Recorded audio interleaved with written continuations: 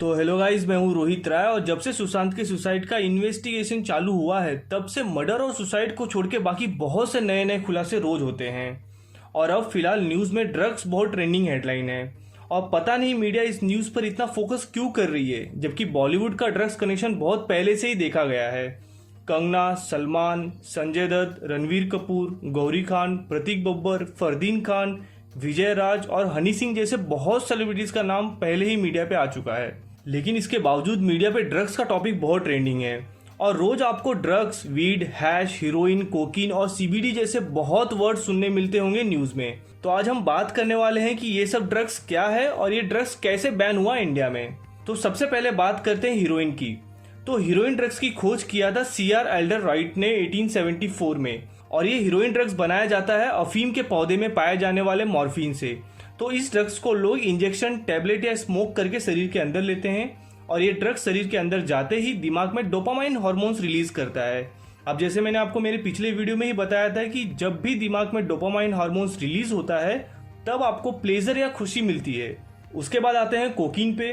तो बहुत साल पहले साउथ अमेरिका के लोग कोका प्लांट के पत्ते को चबाया करते थे एनर्जी बूस्ट करने के लिए। उसके बाद सन 1900 की शुरुआत में कोका प्लांट से प्रोसेस करके कोकीन को अलग किया गया। पहले इसे मेडिकल में यूज किया गया, लेकिन उसके बाद इसका यूज लोग नशा करने के लिए करने लगे और कोकीन दुनिया का सबसे ज्यादा यूज किए जाने वाले ड्रग्स के लिस्ट में दूसरे नंबर पे आता है। और कोका कोला कंपनी ने अपने ड्रिंक्स में कोकीन का यूज किया था 1885 से 1903 तक। तो कोकीन ड्रग्स को लोग नाक से सूंघकर या अपने मसूड़ों पर रगड़कर यूज करते हैं या जल्दी इफेक्ट के लिए पानी में घोलकर या इंजेक्शन के द्वारा लेते हैं और इससे भी इंसान के दिमाग में डोपामाइन का लेवल बढ़ जाता है। फिर उसके बाद आता है एलएसडी। एलएसडी का फुल फॉर्म है लिसर्जिक एसिड डाइथिलेमाइड और ये एलएसडी अनाज में पाए जाने वाले इर्गॉट फंगस में पाए जाते हैं।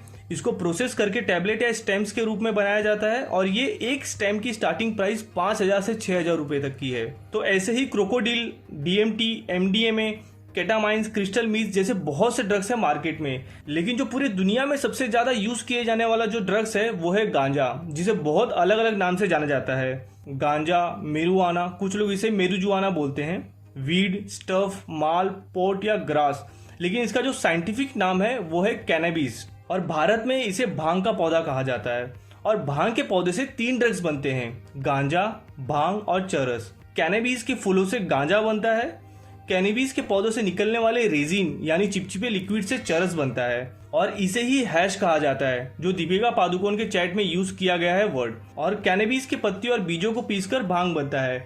अब कैनबिस के पौधे में 2 इंपॉर्टेंट केमिकल होते हैं जिससे नशा होता है, वो है THC यानी टेट्राहाइड्रोकैनाबिनोल और CBD यानी कैनाबिडियोल। तो जब कोई इंसान गांजा, चरस या भांग का यूज करता है तब THC केमिकल इंसान के दिमाग पे असर करता है और इंसान को नशा होता है।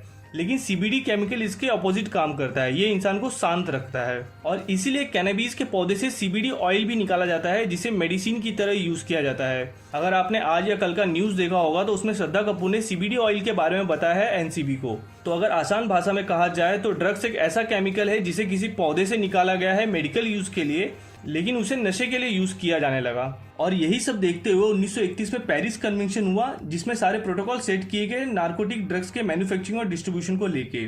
और फिर 1961 में हुआ single convention on narcotic drugs, जिसमें 1931 में हुए पेरिस कन्वेंशन में और सुधार किए गए और बात हुई कैनबिस को हार्ड ड्रग्स के कैटेगरी में डालने की, जिसका इंडिया की तरफ से काफी विरोध किया गया क्योंकि भारत में गांजा और भांग का इस्तेमाल हजारों सालों से किया जा रहा था। लेकिन उसके बावजूद कैनबिस को हार्ड ड्रग्स के कैटेगरी में डाल दिया गया। लेकिन कन्वेंशन में कैनबिस का डेफिनेशन मेंशन किया गया कि कैनबिस मींस द फ्लावरिंग और fruiting tops of the cannabis plant excluding the seeds and leaves. तो पत्ते और बीज को छोड़ के बाकी सब पे बैन लग गया। तो जैसे मैंने आपको पहले ही बताया कि कैनबिस पौधे के पत्ते और बीज से भांग बनाया जाता है। और इस कन्वेंशन के बाद इंडिया में भांग का यूज आराम से करने लगे लोग होली और महाशिवरात्रि में प्रसाद के रूप में। फिर 1985 में narcotic drugs and psychotropic substance act लाया गया भारत में, जिसमें ड्रग्स और नशे को लेकर कानून और कड़े किए गए। लेकिन यहाँ भी कैनबिस का डेफिनेशन 1961 वाला ही रखा गया, मतलब उसके बाद भी भांग के यूज पे कोई रोक नहीं था। लेकिन कुछ स्टेट ने अपने अपने स्टेट में भांग को लेके अपने अपने कानून बनाए हैं। जैसे असम में द असम गांजा एंड भांग प्रोहिबिशन एक्ट 1958 के तहत गांजा, भांग या चरस ना ही बेचा जा सकता है, ना ही उगाया और ना ही कंज्यूम किया जा सकता है। वैसे ही महाराष्ट्र में द बॉम्बे प्रोहिबिशन एक्ट 1949 के तहत विदाउट लाइसेंस भांग ना ही रखा जा सकता है, ना ही उगाया जा सकता है, ना ही खाया जा सकता है। फिर गुजरात में अभी रिसेंटली फरवरी 2017 में भांग को लीगल कर दिया गया और कुछ स्टेट में भांग को बेचने के लिए गवर्नमेंट ही लाइसेंस प्रोवाइड करती है। और 2015 से ही भारत में कैनबिस को लीगल करने की मांग उठी है।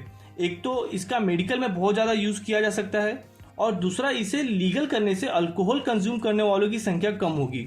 और आपको बता दूं कि अल्कोहल या टोबैको ज्यादा खतरनाक और जानलेवा है कैनबिस के मुकाबले। और आज तक ऐसा कोई केस भी सामने नहीं आया जहां कैनबिस के नशा करने से किसी की मौत हुई हो। अब मैं यहाँ किसी नशे का सपोर्ट बिल्कुल नहीं कर रहा हूँ, लेकिन मेरा कहना ये है कि ड्रग्स हो, कैनबिस हो या अल्कोहल हो, नशा तो नशा है और कोई नशा हेल्थ के लिए अच्छा नहीं होता है। लेकिन कैनबिस बैन होने के बाद भी गवर्नमेंट के ही एक रिपोर्ट के अनुसार भारत में 2018 में 3 करोड़ 10 लाख लोग ने कैनबिस का यूज किया है। बस दिल्ली में ही 32.38 मैट्रिक टन कैनबिस का यूज किया गया है 2018 में। अगर गवर्नमेंट अल्कोहल की तरह इसे भी लीगल करती तो कम से कम 700 से 800 करोड़ का टैक्स आता गवर्नमेंट को। तो अभी के लिए बस इतना ही। और हाँ गाइस, ये वीडियो बनाने के पीछे का मोटिव बस यही है कि इंसान को हर चीज के बारे में इंफॉर्मेशन होनी चाहिए। तो आई होप गाइस आपको वीडियो अच्छा लगा होगा। तो अभी के लिए बस इतना ही, आपसे लेता हूँ विदा। धन्यवाद।